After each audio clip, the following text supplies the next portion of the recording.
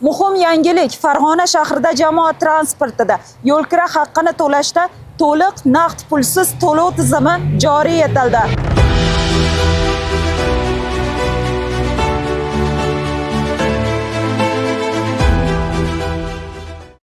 Rivojlangan transport bu harakatdagi taraqqiyotdir. Kun sayin shiddat bilan yangilanayotgan yangi O'zbekistonda jamoat transporti tizimi ham mutlaqo yangi bosqichga ko'tarildi.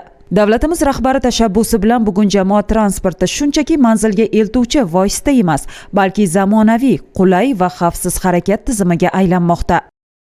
Oldin shu juda toza emas, yorug' emas.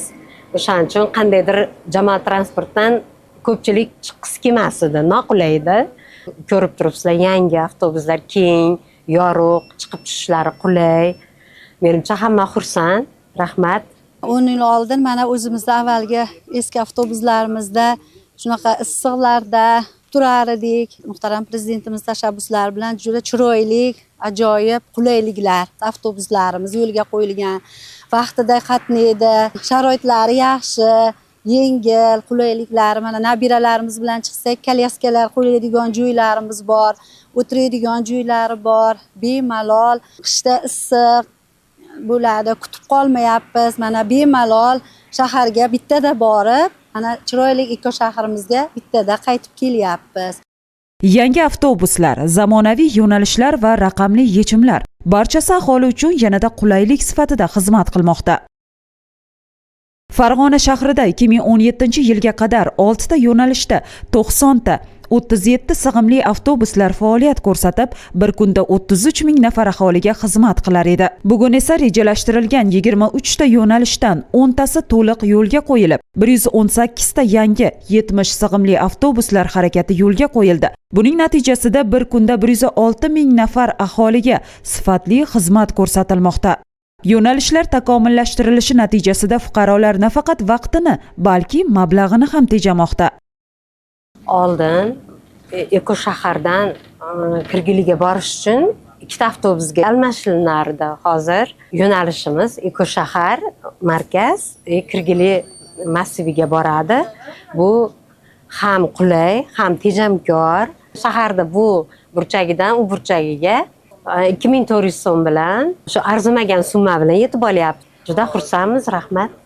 Bugun jamoat transporti tizimi to'liq raqamlashtirildi. Har bir avtobusning o'z vaqtida belgilangan manzilda bo'lishi to'liq nazoratda. Brutto shartnomasi asosida harakatlanuvchi avtobuslar belgilangan talab darajasidagi kamera va GPS qurilmalari bilan jihozlangan. Real vaqt rejimida ham kamera ma'lumotlari va GPS ma'lumotlari IMS dastur ta'minotiga uzatilib turiladi.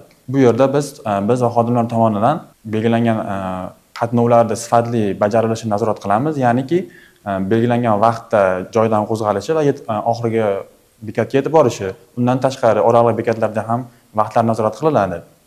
Yangilanishlar bu bilan cheklanib qolmayapti.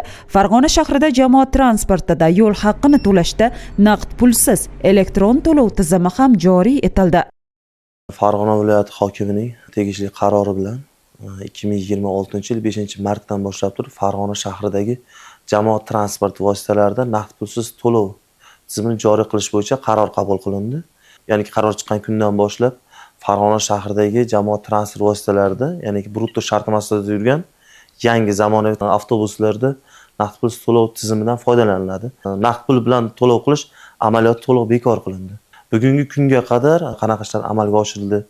Farg'ona viloyat hokimligi, Farg'ona viloyat transport boshqarmasi, yo'l tashish monitoring va nazorat qilish davlat muassasasini mas'ullari tomonidan barcha brutto shartnomadagi yo'nalishlarimizda kiosklar xatlovdan o'tkazildi.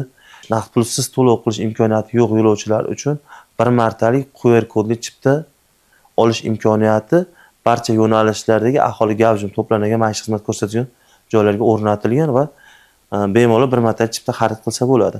To'lovda hozir naqd pulsiz tizimga o'tishda bir qator qulayliklar mavjud. Ya'niki bu ham moddiy tomondan, ham tez to'lov tomonidan. Ya'niki jamoat transport vositalarimiz naqd pulsiz to'lov qilish imkoniyati avtobuslarimizga yaratilgan. Avtobuslarimiz barchalarida ATTO validatorlari mavjud. Ya'niki ATTO validatorlarida kartalardan, ATTO kartalari, bank plastik kartalari, yoki QR kodli chiptalarni validatorlar ro'yxatdan o'tkazish, to'lov qilish imkoniyati bor. Agarda to'lov naqdsiz amalga oshirilsa, bu bir marta shahar ichida foydalanish uchun 2400 so'm belgilangan. Endi siz to'lovlarni transport kartasi, ATTO kartasi, bank plastik kartalari orqali to'lov qilishingiz mumkin. ATTO kartalari Farg'ona viloyatida bosh pochta binosida ATTO kartalari bor. Ya'niki talabalar uchun, maktab yoshidagi farzandlar yoki ijtimoiy kartalari mavjud. Bemalol yo'lovchilarimiz bosh pochta binosiga borishsa, albatta ATTO kartalari belgilangan tarzda yetarli darajada shakllantirib qo'yilgan. Borib, belgilangan tartibda ro'yxatdan o'tib, kartalar olish imkoniyati bor. Raqamlashtirishning yana bir afzalliklaridan biri endi xonadoningizda chiqmasdan jamoat transportining harakat vaqtlarini kuzatish va yo'nalishlarini mobil ilovalar orqali aniqlab olishingiz mumkin. Telefon programmalari orqali ko'rib turamiz. Demak, mana shu paytda, misol uchun 12:10 da kelar, shunga qarab rejalashtirib chiqamiz. Bemalolchilik. Bemalol borib keling. Mana hozir ham bayramga bordik, mana keldik bemalol o'tirib nabiralarim bilan bemalol keldik. To'lovlarimiz ham yaxshi, qulay, plastik. Hali pulda nima qilmaymiz, shunday plastikda urib tushib ketaveramiz. To'lovlarimiz ham hamyonbop. Rahmat avvalambor prezidentimizga. Jamoat transporti rivojlanmoqda. Yo'lkira haqqi to'lashning xalqaro standartlar darajasidagi zamonaviy tizimi joriy etildi. Ammo yo'l haqqini to'lamaslikka harakat qiladigan foydalanuvchilar ham uchrab turadi. Bunda ham xalqaro tajribaga asosan maxsus kiyim, bodi kamera va planshetlarga ega yo'nalish nazoratchilari faoliyati yo'lga qo'yilgan. Ularda yo'lkira haqqini to'lamagan yo'lovchilarga o'rnatilgan tartibda jarima qo'llash huquqi mavjud. Bu avtobuslarimiz ertalab soat 6 dan kechki 8 gacha muntazam harakatlar davom ettirishadi. Biz yo'lovchilarimizni iltimos qilib qolardik, chiqish jarayonida to'lab, tushishda tushib ketishlarini, bemalol tushishlarini iltimos qilib qolardik. Yanvar oyida 230 ta Farg'ona shahridagi yo'lovchilardan chiptasiz yurish holati aniqlangan.